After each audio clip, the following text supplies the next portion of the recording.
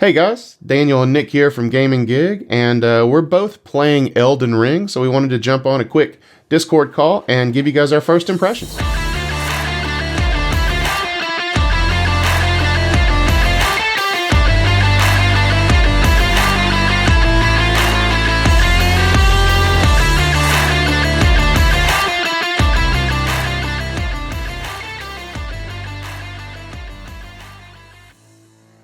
The game just came out this past Friday. If you preloaded it, you could play it right at midnight, which meant that everyone was changing their region to to be like earlier so that they could play it sooner. Lots of exciting things happening. Yeah, Nick, I actually beat you to it because I'm a part of the PC Master Race now, and And you got it a little bit earlier. yeah, I got it on like Xbox. I got it like 6 hours earlier. Yeah, Now, that's incredible. did I get to play it? No, because we were playing Sea of Thieves, but I could have, and that's the point. It's all about bragging rights when it comes to when games come out. That's really what people care about. Oh, for sure. But now, just so that I'm super clear, you're a little bit new to like the Souls-like thing, right? Yeah, more than a little bit. I mean, the only FromSoftware game I've ever played is Sekiro: Shadows Die Twice, and I really liked that game. It had some really great combat, and it was tough as nails, just like they say about all the other FromSoft games. But that's the only one I've ever played. Never played Dark Souls, never played Bloodborne, so this is kind of new to me.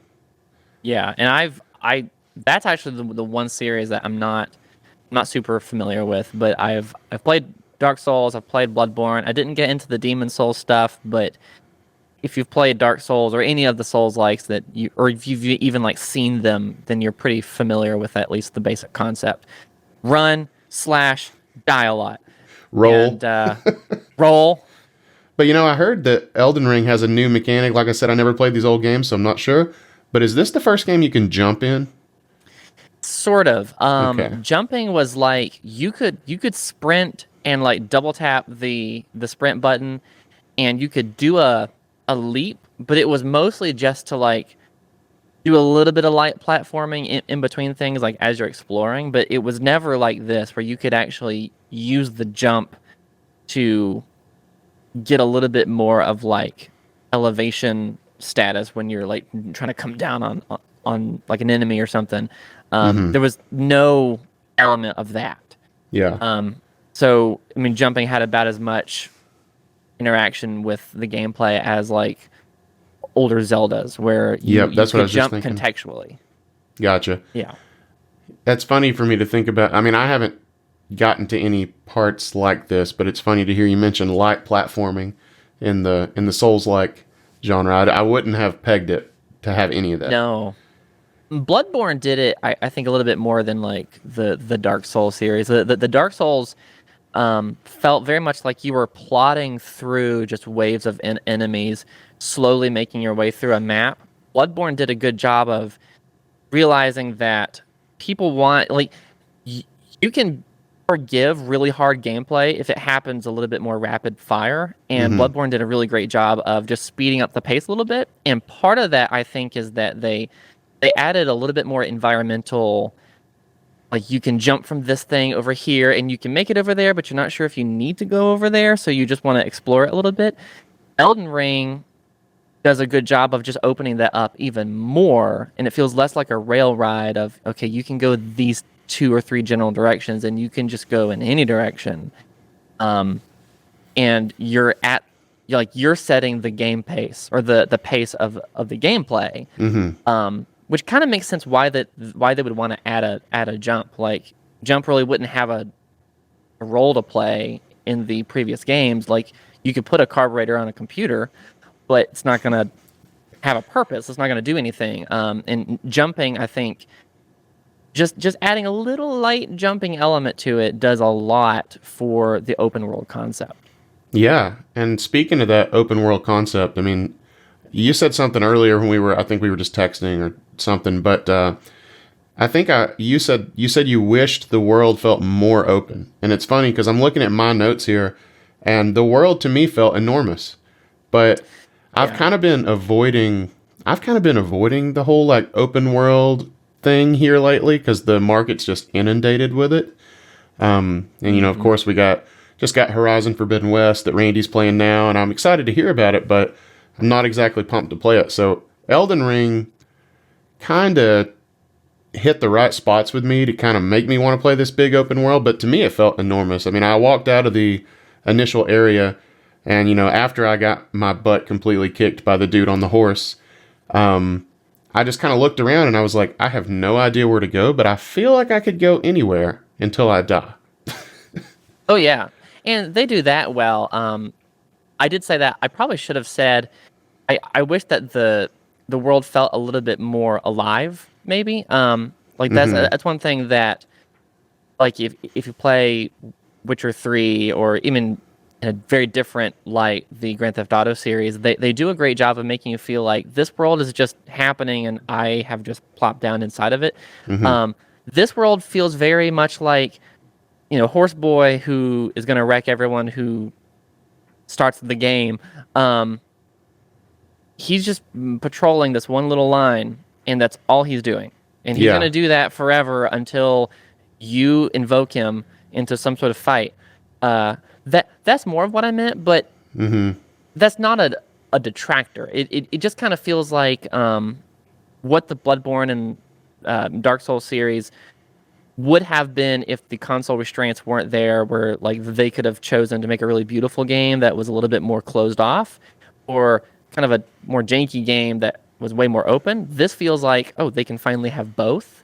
So they just let you go whatever direction you want to go. And so that it definitely feels big. I probably shouldn't say it doesn't feel open. It just doesn't feel like it's teeming with life, but that's not really the kind of game it is. I was just kind of hoping that there was a little bit more of that.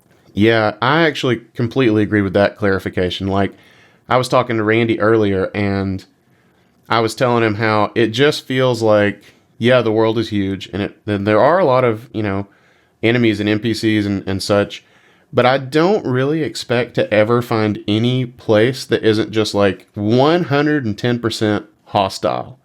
I just feel like everything, like you said, it's patrolling its little area, and it wants to kill you.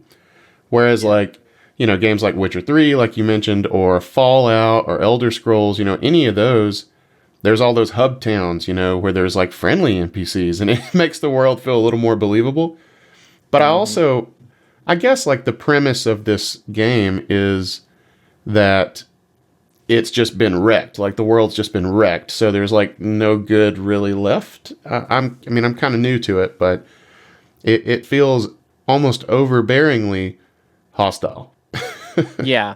And I mean, I kind of have some of the same criticisms of the original Horizon Zero Dawn. I think it got a little overhelped.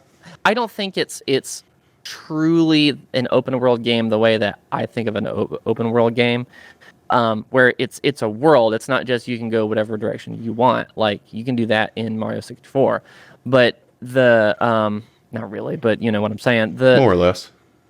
It feels like there's activities with a lot of space in between. Whereas, I always go back to the original Grand Theft Auto games that first made this format so popular for so many people, where there's traffic laws, like people are out walking and doing stuff. And even though it really is just activities with a bunch of space in between, it makes you feel like you're interrupting something when you come in and drive a semi through it, Right. Whereas this feels more like they wanted you to have a heavy exploration element to it, which is really what it is. It's a big world RPG, and like if you judge it by what makes a game a really good open world game, then you're kind of going to be lacking. But if you're judging it off of it's just an RPG, just leave it there. Yeah. It's an incredibly good one, and it's very rich. If you've played any of the previous FromSoftware games, you're at least familiar with the mechanics of leveling up, and you have some sort of like in this one, it's Melina or Malina, whatever her name is, the maiden. She's kind of holding your hand through it a little bit. You use her to power up. Like these are all previous FromSoftware game mechanics, and if you're familiar with those, you're familiar with this, it just opens it up, and it proves that they've learned from making all these other games, and they've applied it really well. So I shouldn't just criticize it, but if you're buying it for an open world game, you might want to recalibrate your expectations. Yeah, it's not going Because to it's feel really like those good. others. Oh It yeah, is and really good. it's really good. You're gonna miss other stuff if you're criticizing the open worldness like I maybe did going into it. But I love it. I love it. Yeah, Worth all the 10 out of 10s. yeah, and I really think some of that open world opens up once you get Torrent, which is like the strange horse with the some odd horns that I really like, but they're kind of odd. Just like everything in the game, the whole game's just kind of unsettling and weird. But once you get Torrent, you can cover those large distances, and you can also avoid combat a lot easier, which I thought was pretty cool. Yeah, almost to the point that I feel like I'm missing something when I just roll by on torrent. Um, and there's part of me especially if you've played the previous games, you have this sensation of I don't really want to do this particular area, but I feel like I need to because the game wants me to go through this because it wants me to power up or to level up so I can go do the next thing. But that doesn't really seem like what's going on. You can skip through a hard part and then just roll up on something that's not nearly as difficult. Like it doesn't seem linear, which actually does make it seem way more of an open world, Yeah. if you're just going through a wrecked world. um, I love that Breath of the Wild did that too, where there's not necessarily an easy and a hard area. It's just there are easy and hard things that you can happen upon. Yeah. You might go through a bunch of easy stuff and then find a Lionel just chilling there.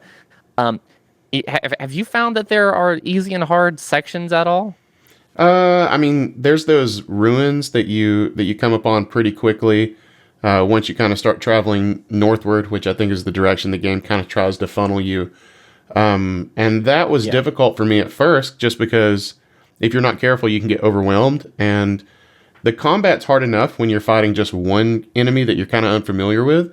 So if you're fighting like six, for me anyway, I died a lot. But once I started applying some stealth mechanics, I did some backstabs on some people and kind of cleared it out first before I took on the hard guy. And I feel like I just kind of learned from it and adapted, which is probably what they wanted me to do. I also fell off a bridge one time and got attacked by a bunch of skeleton things at the bottom, like because somehow I didn't die from the fall. But they also weren't that hard, so I've kind of found some varying difficulties, like you're saying, and it doesn't seem linear, which kind of keeps it fresh for me. Yeah, I don't want these games to be linear. I That's interesting that you went north first because I know that the like the Grace whatever points you toward north, but I didn't want to do that. I went east instead Uh huh. and had a very similar experience. Just had to start picking them off. And it's really cool. They added like there's never been the stealth element where you can like hide in the bushes until he walks by and then get him. You just kind of had to exploit the game, the NPCs walking by a certain area. You just had to observe. Okay, he's gonna walk by. I can get the jump on him as I come around this corner or something. But there was never like a crouch down and get all stealthy element. Yeah. And I was a little worried that that was just like an afterthought. Like I'm not expecting Assassin's Creed levels of like swoop in and get Yeah. use some sort of special ability on them. But the AI seems calibrated pretty well to where they get suspicious of you and they kind of stand their guard, and then you run away and they're like, okay, I guess it was nothing, and then you can come back in from a different direction. That element of it, it's not so fleshed out, but I like that. It's just kind of simple. It works. It doesn't try to do anything it doesn't try to be anything it's not. And, No. And like a lot of those stealth games, there's like that meter, that pops up and they're like, oh, the guy's suspicious of you.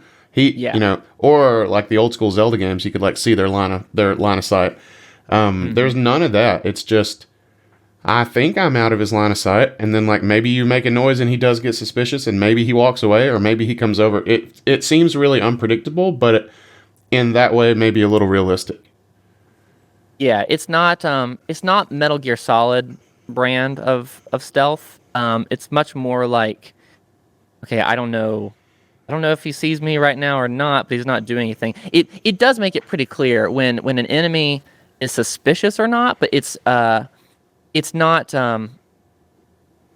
it's not like you're going to be questioning, okay, is he coming for me? If he's coming for me, you know, because Yeah. he's you can hear him stomping and he's coming, and he's like it doesn't seem like they're going to approach your direction without or they're not going to be suspicious of you to the point of pursuing you without actually coming toward you. So that's pretty clear. But there were times there's like a little messed up town east of where the initial horseman is, where like everyone's gonna get it handed to them. Yeah. And there's some like secrets around it. I won't spoil it, but just explore it and you'll find cool stuff. But there's like one really hard dude, and I had to kind of cheese him by like sneaking up on him like 3 or 4 times. And there's no advantage to that other than you just get more of the like grace pellets or whatever it is. Grace But pellets. there's always something like, oh, this time it's souls or blood cells or whatever it is. But this time it's like you get the whatever it is that you get when you kill someone, and then you can use it later for like leveling up. But Yeah. I've been calling it grace pellets. I don't remember. There's a bunch of stuff in this game I don't remember yet. Well, either way, like it kind of broke the realism where like I could just sneak up on him a million times, whereas I feel like in a really stealthy game they would kind of make him so that he doesn't just go right back to his rail ride of going back and forth in the same area, but it is what it is. Most games would probably have done that, and that's completely fine. Yeah. I don't want to get into the weeds on the stealth element of it. All that to say, there's lots of little nuances of different ways that you can approach any given circumstance in the game, and I love that. That's what does make it feel much more open than Yes. previous games. And it seemed like the different classes you could choose from just continued to open that up. It just seemed like they all, had strengths and weaknesses that were very obvious. And I had a good time reading about all the classes and kind of picking it out. Yeah, which one did you go for? Oh, what's it called? It starts with a C, I think.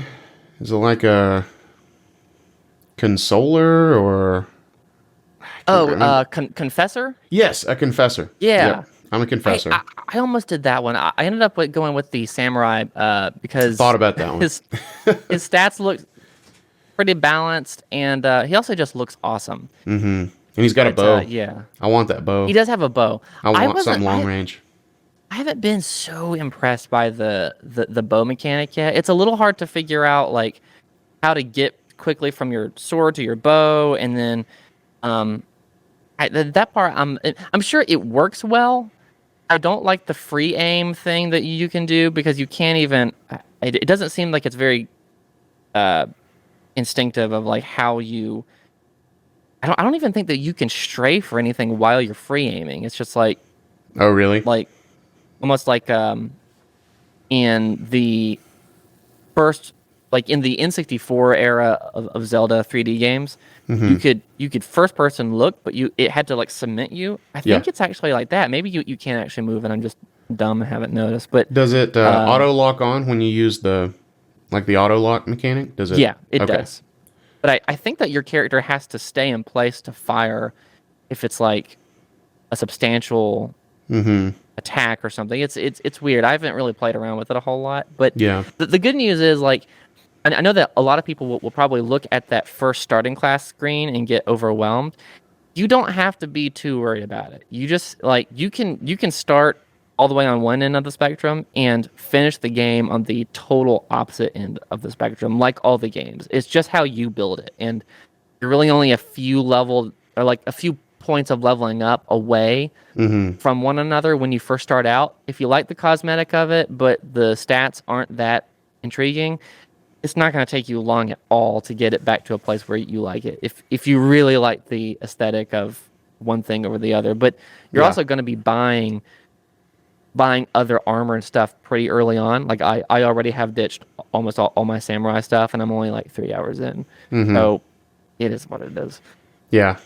Yeah, and I did some research on the classes before I picked because of being so new to the games, and I just wanted to make sure that it was that, and everything online said the same thing you said. It was like, pick the one you think looks cool. You know, if it kind of lends itself to the style you think you want to play, that's an added bonus, but it's not that big a deal.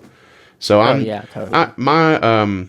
my goal is to basically build like a Gandalf kind of character, like a staff in Nice. one hand, you know, sword in the other kind of deal. So I went with the Yeah, Confessor. it's hard to build those more magical builds. I've never successfully done it in a Souls-like game. They they like they really bias you more toward like close combat at first. Mm-hmm. And that kind of combat just feels so good and so natural that I've always kind of gone that direction with a little excursus into I want to be able to like throw a fireball or something. Yeah, yeah. That's about I it. want to throw some fireballs too. I'm with you. Maybe Oh we should yeah. just play Mario. I mean, yeah, I haven't found like the fire flower yet, but I'm sure that that exists. There's a lot of Definitely, crossovers. for sure. Yeah. Well, Well, oh, look at that. We double weld. Well, oh well. you know, Nick, I think that pretty much about wraps up my first impressions on the game. If there's not anything else you want to hit, I think we could probably go ahead and wrap this up. No, my thoughts are pretty much contained to this feels like what they always kind of dreamed this kind of game would be. Yeah, and it feels really cool as for a newcomer as well. So I say jump in. I did look it up on how long to beat. It looks like the main story is about 40 and a half hours, so it's going to be a pretty substantial undertaking, but I'm going to try to dedicate myself to it and make it through and become the Elden Lord. Me too. I don't know what that means, but I want it. Yeah, I'm same here. I don't have a clue. And I don't even know if the Elden Ring is this like a Ring of Power type situation? I mean, what are we It's a dealing with? little vague, and I think Yeah. it's intentionally a little vague. But this lore actually has more meat to it than previous games. Previous games were like, yeah, that sounds good. Just say that. That's what the script says. So that's what the voiceover will say, and the rest of the gameplay has nothing to do with it. Mm-hmm. But this actually seems like if you like you could get into the lore and you can see how it builds the world. I kind of hope that they build like a whole universe around this because it actually seems like there's some meat on those bones. Nice. Well, man, I So, appreciate you yeah. jumping on here and talking Elden Ring with me. Yeah, I could do it all day. I probably have done it all already too much. Nah, it's all good. Well, guys, if you like this kind of informal, casual, conversational style video, let us know. Maybe we can do more of them for you. And please don't hesitate to follow all the social media tags that just happen to be on your screen now. We're over on TikTok, we're on Twitter, obviously we're on YouTube, we've got a Discord. Go see us on Twitch. Just check us out at all the places. We stream many nights a week doing Sea of Thieves. We also every week we are dropping sort of categories of Xbox news, Nintendo news, Sony news, things that are like if you don't want to have to go anywhere else to find what's going on, we're gonna keep you abreast of the information there. Absolutely. Well, guys, have a good one, and we'll catch you later. This has been Daniel. And I'm Nick. Peace out.